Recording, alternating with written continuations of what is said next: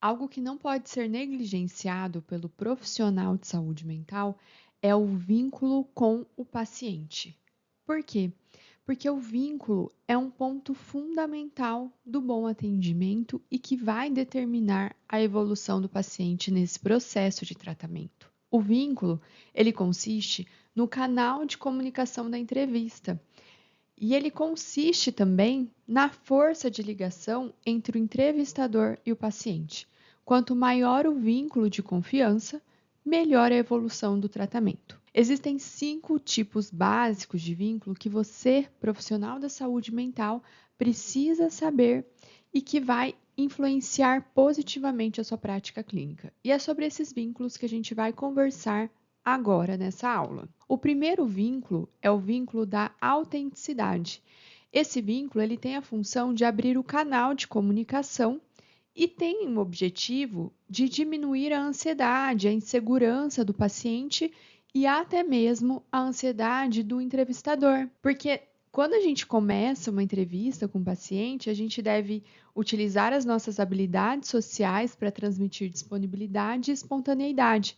E num primeiro atendimento, isso pode gerar uma certa ansiedade no profissional também. Então, esse tipo de vínculo, ele vai ajudar tanto o profissional quanto o paciente a quebrar o gelo, a fazer esse primeiro contato inicialmente. E esse vínculo de autenticidade, ele tem o papel de sinalizar para o paciente que o terapeuta é como ele. Então, seria essa frase: eu sou como você. E esse vínculo ele é construído através de algumas estratégias. Por exemplo, você pode utilizar o bate-papo informal. Você pode perguntar como que o paciente chegou até você, se ele foi encaminhado por alguém. Isso é algo que eu costumo perguntar muito na minha consulta, porque isso me facilita, né, saber como que foi esse contexto de encaminhamento e também me ajuda a criar um elo comum com o paciente. Por exemplo, quando eu conheço quem foi quem que indicou o paciente para mim, isso já vai criando um ar de familiaridade do paciente comigo, mesmo que ele ainda não me conheça.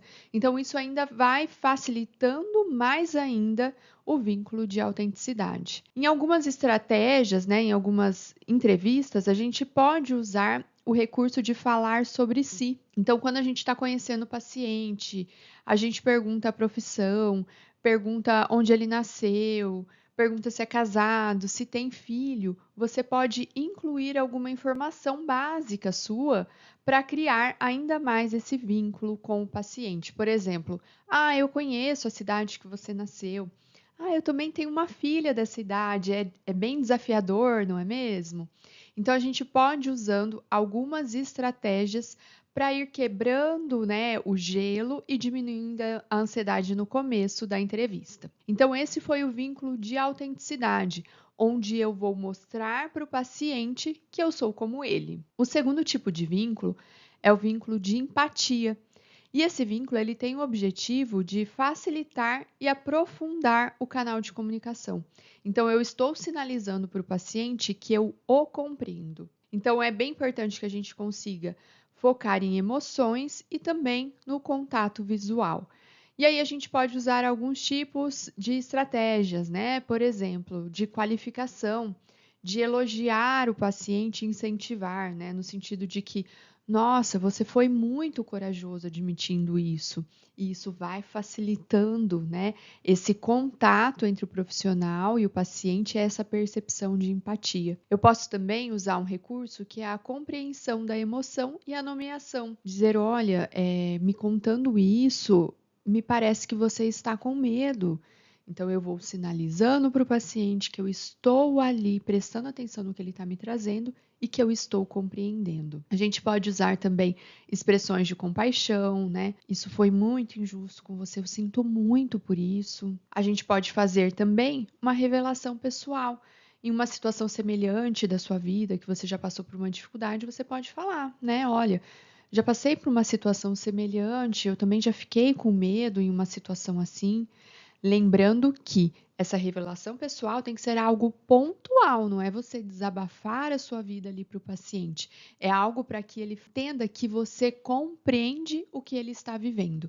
Então, esse vínculo de empatia é um outro recurso que você tem para aumentar, né, esse canal de comunicação entre você e o paciente. Um terceiro tipo de vínculo é o vínculo do conhecimento. Através desse vínculo, a gente vai sinalizar tanto interesse quanto familiaridade com os sintomas que o paciente tem sob uma perspectiva profissional. Né? Então, a gente utiliza isso naquela parte central da entrevista, onde a gente está coletando os dados sobre os sintomas, sobre a história pregressa, e depois que a gente já teve bastante informações coletadas, a gente traz para o paciente essas informações sobre o conhecimento e tem o papel de validar os sintomas.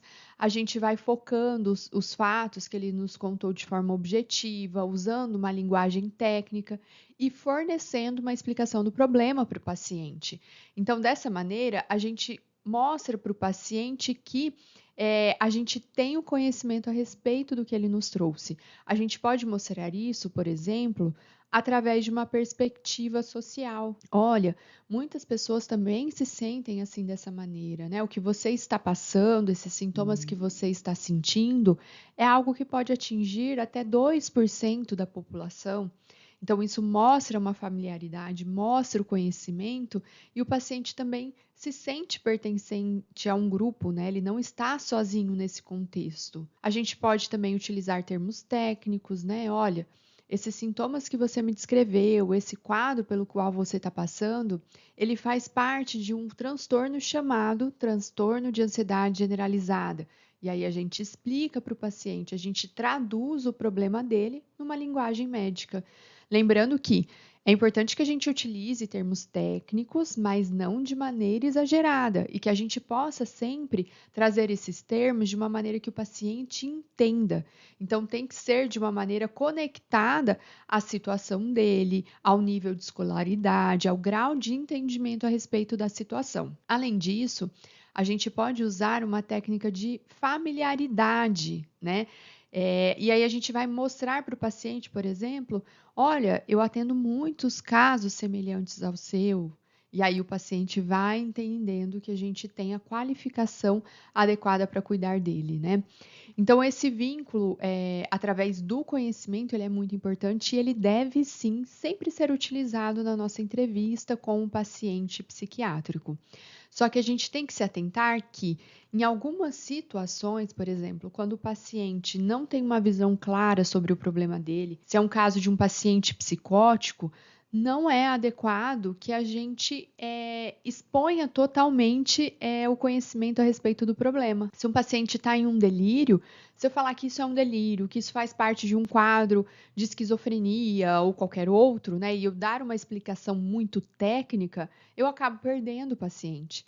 Então, nas situações onde o paciente ele não tem consciência e ele tem, né, um sintoma psicopatológico que atrapalha essa compreensão, é importante que eu tenha o jogo de cintura e eu consiga depois informar o paciente no momento mais adequado, mas primeiro fazer esse vínculo, estabelecer o tratamento para que depois eu consiga ir conversando com ele a respeito da real situação. E isso por quê?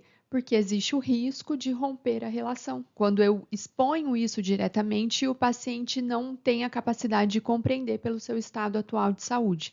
Então, é necessário esse cuidado também. Um quarto tipo de estratégia que a gente pode utilizar para o vínculo é a aliança terapêutica.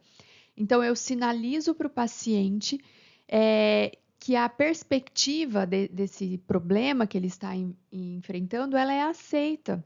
Então, eu vou avaliar a sua crítica da realidade e eu vou fazer uma devolutiva a respeito da situação. Então, eu vou mostrar para ele que, bom, essa situação que você está passando, ela é difícil e eu estou aqui para te ajudar, né? Para que eu consiga fornecer para você um apoio, para que você fique emocionalmente fortalecido para lidar com essa situação.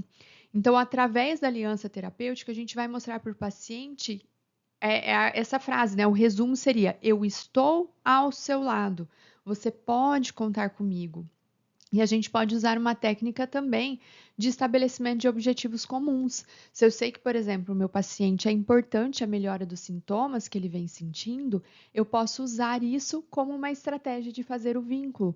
Essa medicação ela está indicada nesses casos, ela pode te ajudar a lidar melhor com essa situação, aliviar os sintomas. Então, através dessas técnicas de aliança terapêutica, eu consigo fortalecer o vínculo com o paciente e trazer ele mais para perto de mim durante o tratamento. E, por fim, a gente tem a técnica de liderança, que seria aquela técnica onde a gente propõe um direcionamento e um controle sutil, tanto da entrevista, né, porque a gente precisa obter as informações, quanto da perspectiva de tratamento. E isso é importante porque nós somos os profissionais, nós somos responsáveis pelo paciente. E é importante que tenha essa diferença, né, e essa percepção de liderança, que ele entenda que eu tenho o conhecimento e eu tenho a capacidade de trazer o que é melhor para ele. E nesse sentido, a gente vai mostrar para o paciente que ele pode contar com a gente. Então, o meu papel é estimular a esperança, né, mostrar que ainda há uma luz no final do túnel, reassegurar, dizer que vai dar tudo certo, né? Em alguns pacientes que muitas vezes estão hostis ou violentos, eu preciso ser um pouco mais enérgica, limitando algum tipo de comportamento. Olha, esse comportamento aqui não é legal, né? Não é adequado que você haja dessa maneira. E em situações mais extremas, pode ser até necessário uma contenção física. Então, tudo isso que a gente conversou aqui, né, e essas técnicas, elas são importantes para que o vínculo se estabeleça entre o profissional e o paciente.